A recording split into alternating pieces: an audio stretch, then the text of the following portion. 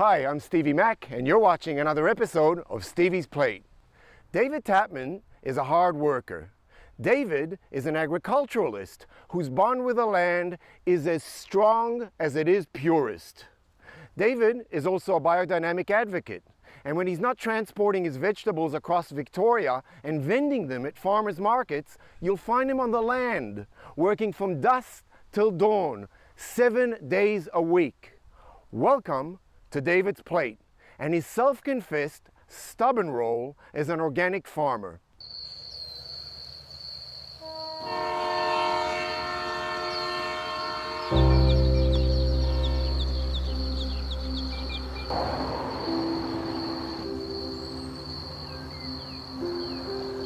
Had I the heavens embroidered cloths, enwrought with golden and silver light, the blue and the dim and the dark cloths of night and light and the half-light, I would spread the cloths under your feet, but I, being poor, have only my dreams.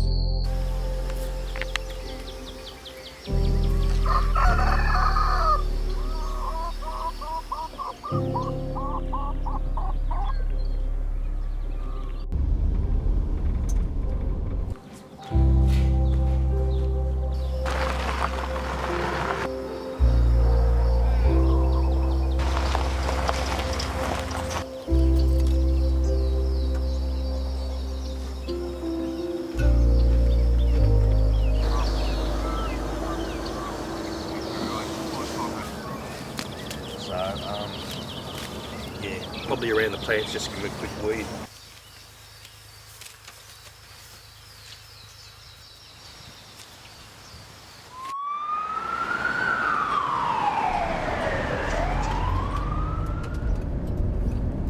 We used to live on 25 acres.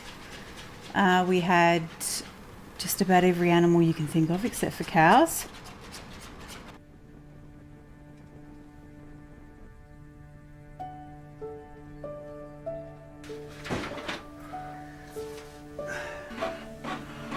Probably started with my father back in 1982, and he was an organic farm. Well, he wasn't organic, he's conventional, and he saw an opportunity to do organics, and he started off doing that, and he was probably number 3 or 4, can't quite recall, to be certified organic in Australia.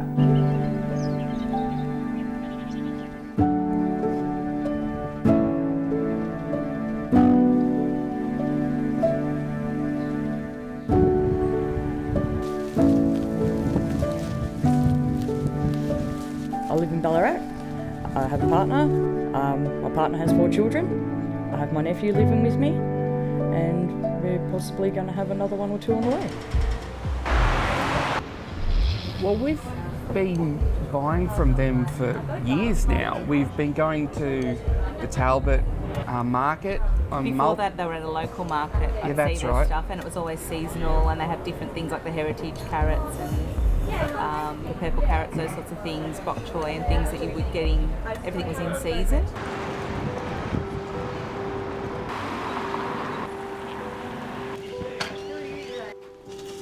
The farm consists, I've got one block which is 88 acres, one paddock is pasture, which is on the south side, and that's probably 15-20 acres. I've got some more flat ground, which is another 10 acres on a flat ground, which is on the west side, roughly. So that leaves us about 50 acres of vegetables, and more or less at the bottom of, we're on a bit of a hill.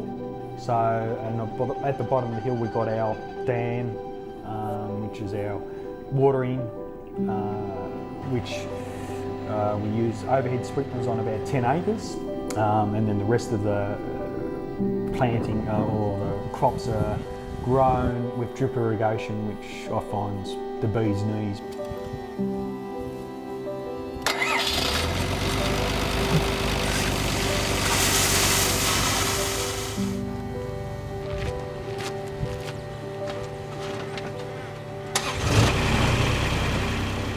My dad manages the workers and all that.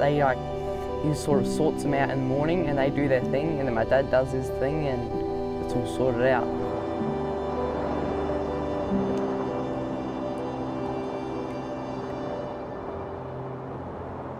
The farm shop, it's just an honesty box system. So we put the veggies in the shop, in fridges, and people come in and they have cash on them, just coins and notes, and you pick out the veggies, the price is all there, they just add it up, put the money in the box in the corner. And that's it, basic and simple as it is, and it's the only way we can do it.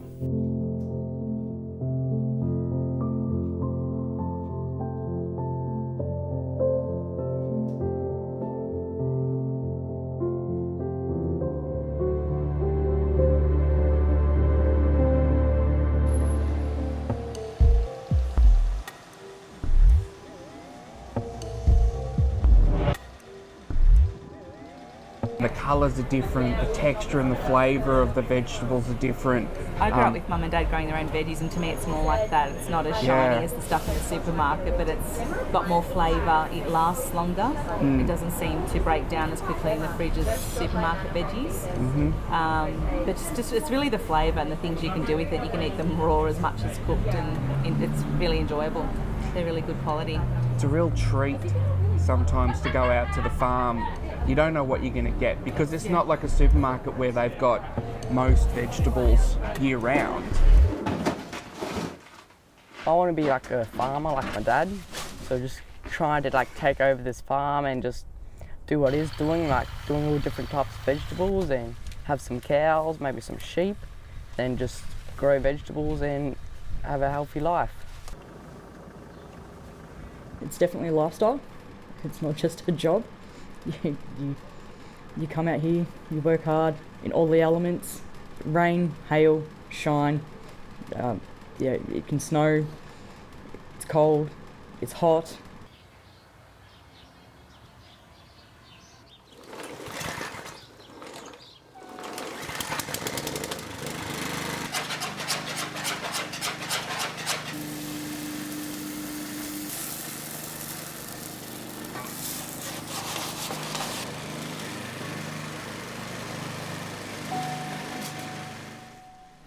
The flavour, people come back and say it tastes so much good. It tastes like what my grandma grew in her garden and grandpa grew in their garden, saying that it tastes like that. It's beautiful.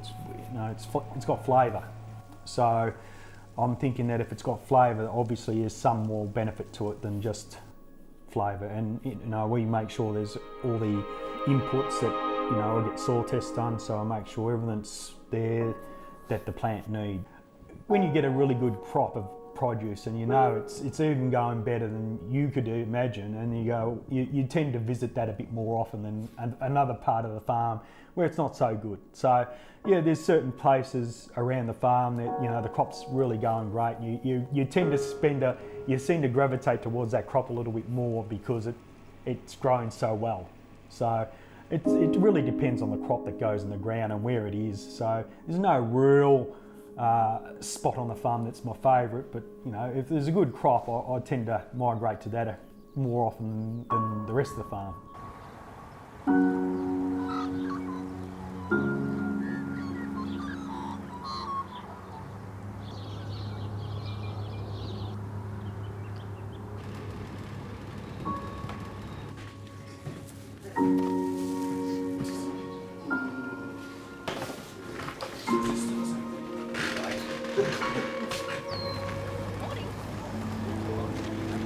We nearly went bankrupt about 9 years ago. We were really hitting rock bottom. Wholesale was atrocious. We were selling and the costs were outlaying what we were getting back. So we were gradually getting in debt worse and worse every year. We were drawing more on the overdraft, extending the overdraft. And I couldn't see any future in doing wholesale.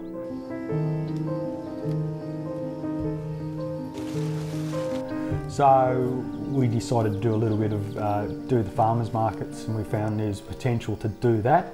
So we started doing the markets, and gradually over 9 years we've got ourselves out of trouble and almost debt free, other than running the costs of the farm.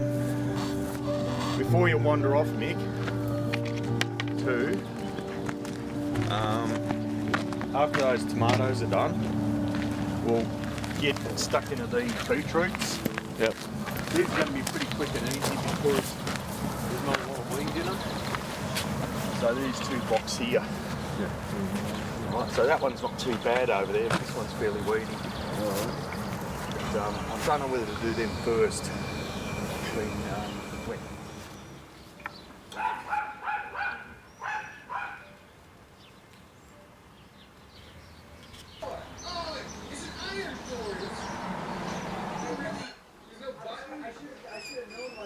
Lobby? Well, that makes sense. Oh my god, that does make a lot of sense. Playing one of my new games I downloaded yesterday. Yeah. Pokemon games actually sister has. We actually met online and took a bit of a leap of faith and flew to WA and met Steph and the family and Been together ever since. yeah, Haven't left each other's side for more than 5 days at a time. a lot of flights in between. Expensive flights. Yes. And then we got here and Steph moved here with the kids and a shipping container of all that stuff and here we are. My body being sore as. Having mad blisters on my feet. Real life's hitting you, hey?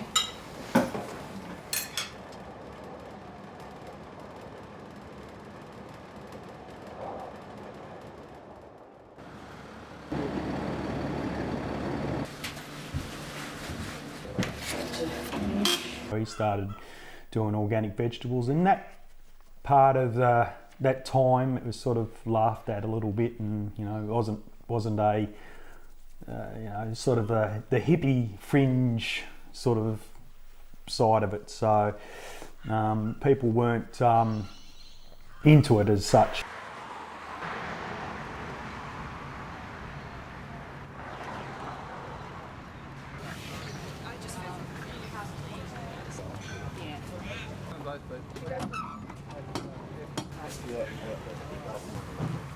Dad was doing it till, well, I moved up to Ballarat in 1993 with my girlfriend, now wife, Lisa, and we bought a small farm at Dunstown, 5 acres, and we started doing organics there. I got some friends at school which aren't really farmers. They don't really know that much about farming. Try to teach them, but they can't really understand how hard it is to farm. Because we want to get this done quick. We don't want to be here for days and days with so much happening out in the weed. Just a rough weed out of these. But usually the small one. Well, you can grab a handful, all right? Repetitive, heavy, constant walking, blisters, especially if you have the wrong shoes. You know, the different rain jackets you'll wear, depends if it's raining, hailing, snowing, if it's hot.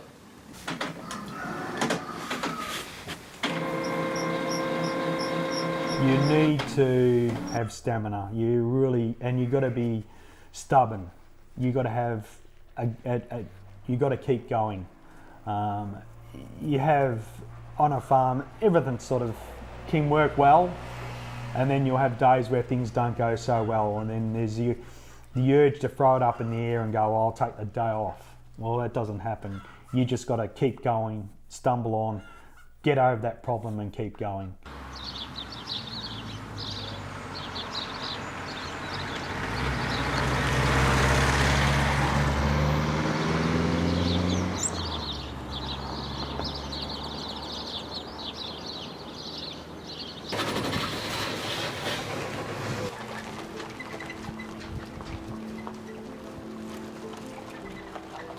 Easy at some stages, but at most times it's hard.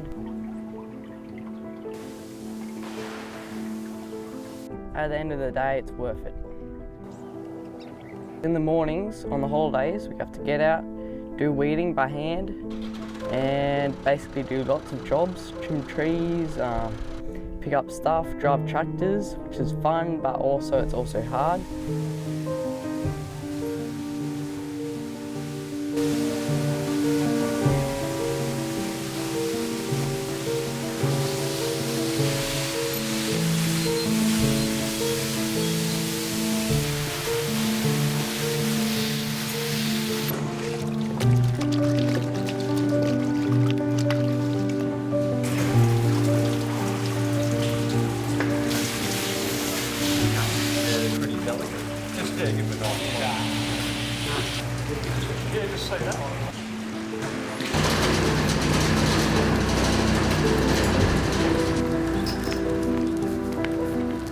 Animals are actually quite smart if you think of it.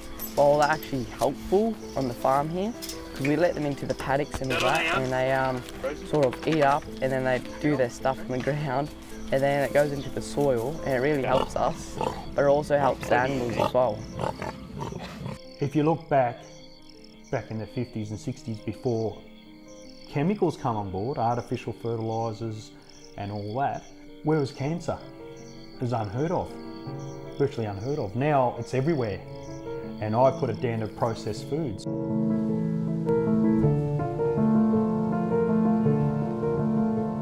I was talking to a cattle farmer, and he was saying that he never had to worm his cattle until they started using artificial fertilisers.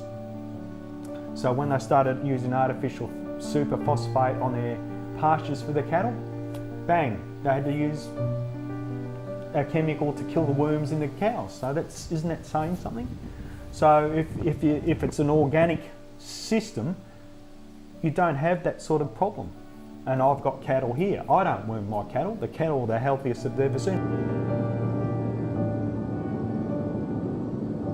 Every night when I finish work, I ice my arm for about an hour, and then I use an Intrex machine to help with the nerves and the tendons. I get to see the struggles that she goes through, but at the same time, the most beautiful tenderness that she can bring towards 4 kids that, yes, she didn't give birth to, but treats them no different than if they were her own children. I think it's the right thing to do for the environment, for the planet. It's a natural way of growing. It's the way plants should be grown, and they shouldn't be grown forced along with artificial fertilisers or using chemicals to hold them up in a sense.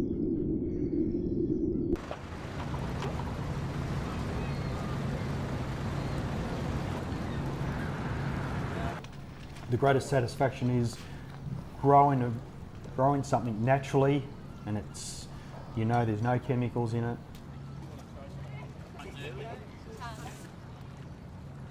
It's got taste, it tastes great, it keeps for a lot longer, and the other factor is being in the farmers markets, you get the feedback from customers, and that sort of keeps me going week in, week out. You go to farmers markets and you get 2 or 3, 4 or 5 people come up and say, this is the greatest stuff we've ever had. It's a really good product because there's no concerns about the quality, there's no concerns about the process. It's as you can nature go there, intended. you can see that they're not doing anything that you wouldn't do yourself. Yep. So it's not a bad drive out there either, to be perfectly honest. It's quite a pleasant part of the Ballarat landscape to get out there in the foothills of Mount Warren Heath and be able to just look at the area as you drive out and get the vegetables. I'm a computer illiterate. I can't use computers. My wife does the social media side of it, and she's a little bit lax sometimes. So we do have a Facebook page, and we do have a friend of ours that actually updates it for us. It's actually word of mouth, most of it, and people, and it's the vegetables. Of course, you know, if they taste good, you know, if anything tastes good, they're going to pass it on to their friends.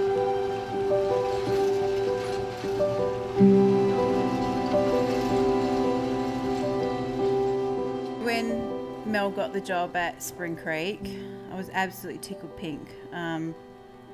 I love the whole process of organics. That was something that we used to do back on the farm, and we would have hubs and different suppliers would come and drop things off and people would pick it up. So when we were moving here, we were leaving all that behind, and to have Mel now on the farm working there, it's like a little snippet of bringing the old into the new and then combining like the two together.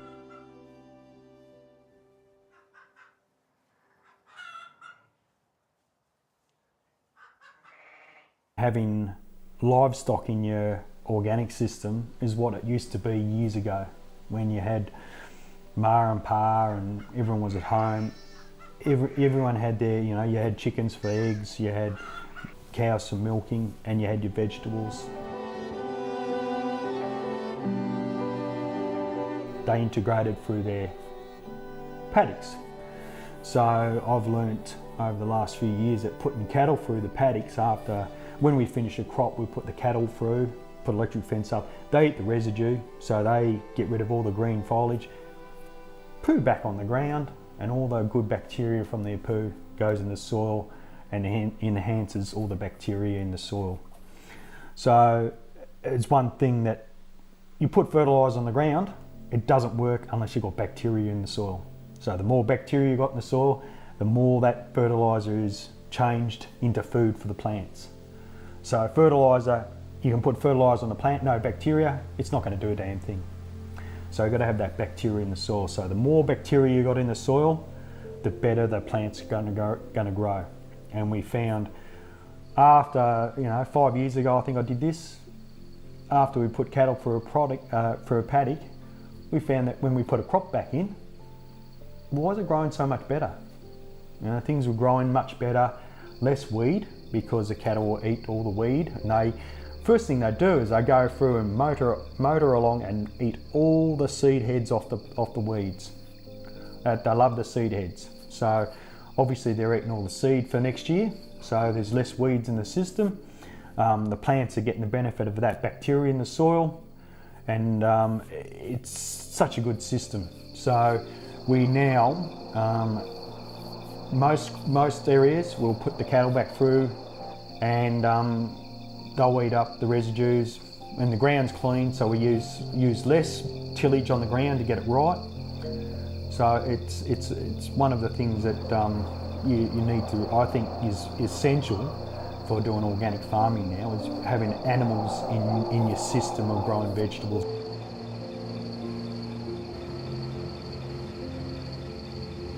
Work that out.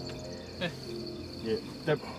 Also, with that big broccoli down there, we're going to disconnect some of those too. Over there, the big stuff, because some of all. Yeah. But you know which ones are buggered, just disconnect those. I think the kids would like it a little bit easier for dad and mum. Like myself, I work all the time, and I feel a little bit guilty out there sometimes. I'm working all the time. I think, school holidays, I should go off and do something with them a day. And then I think, well, I've got all this work to do. And then I think, well, there'll be another day, So sometimes we just got to bite the bullet and take a day off and go out with the kids somewhere and go that way. Lisa gets a little bit tired of me a little bit, I think, and puts up with me a bit. But anyway, we'll move on. Yeah. Is it worth it? Yes. It is. You feel like you've actually done something for the day, but it is hard work. You go home with nothing left.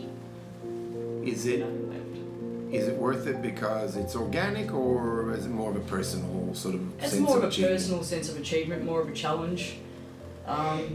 Especially a lot of people here may not even finish a day. Why?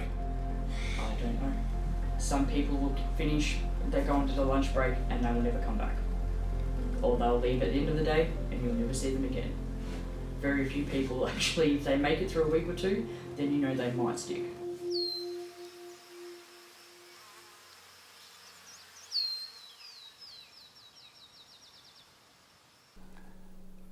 It's something in you that makes you want to do that. It's sort of spiritually, if you want to call it, that you want to do it. Well, you can grab a handful, right? But don't get too carried away from it. If you're had a farm and you want to go organic and it's been a conventional farm and you use chemicals on it, probably the very first year and you don't use chemicals and you want to go organic, it's like Armageddon. The bugs are going to come in and they'll destroy just about everything for a year or 18 months. It's just the system trying to get back into order. So you're going to have a lot of pests come in until the good bugs breed up, like lady beetles and that, come in, and you get a harmony and a balance. So the very first year is going to be the hardest to do organics.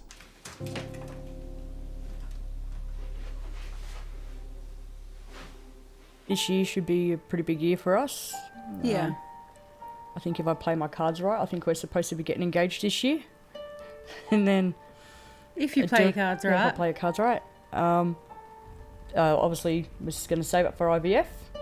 And we're going for one, but sure Steph won't mind if 2 happen. Okay, so maybe one of us is going for one and the other one has said we're having 2.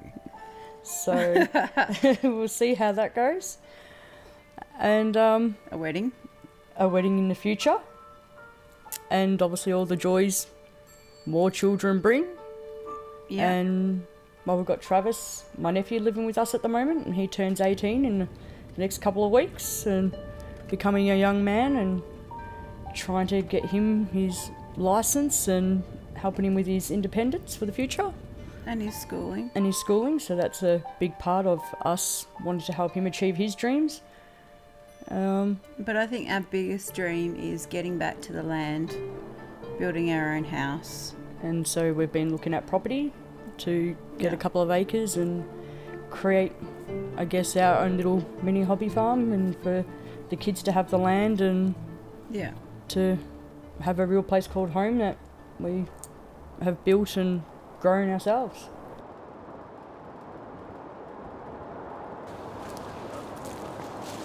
Sorry? Go and get it. Just be careful with the hoe. Oh, you might want to, you can hoe it, do it yourself, Mick. You're right by yourself over there, you're not going to cry by yourself, are you?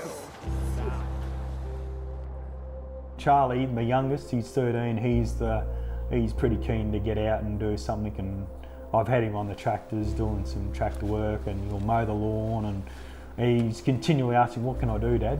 So it was like me when I was young too. I was always asking my mum or dad what to do. So he's probably content to do farming.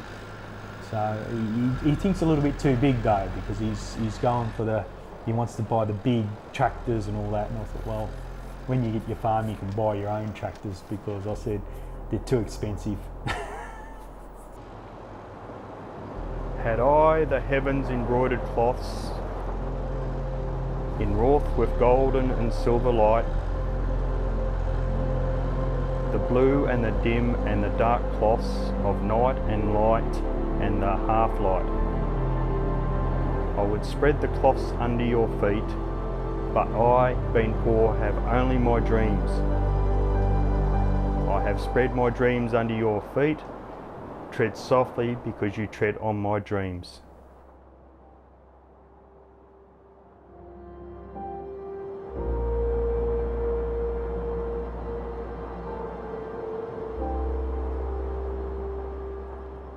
And dreams made are precisely what you'll find at Spring Creek Organics. Thank you, David TATMAN, for letting us into your world.